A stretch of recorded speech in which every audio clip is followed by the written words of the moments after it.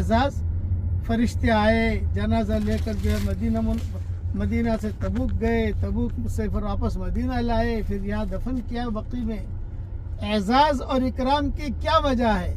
حضرت جبریل نے کہا کہ حضرت اس وجہ سے ان کا اکرام اور اعزاز ہوا ہے کہ یہ سورہ اخلاص یعنی قل هو اللہ احد اللہ الصمد لم یلد ولم یولد ولم یکن لہ کفوا احد بہت پڑھا کرتے تھے۔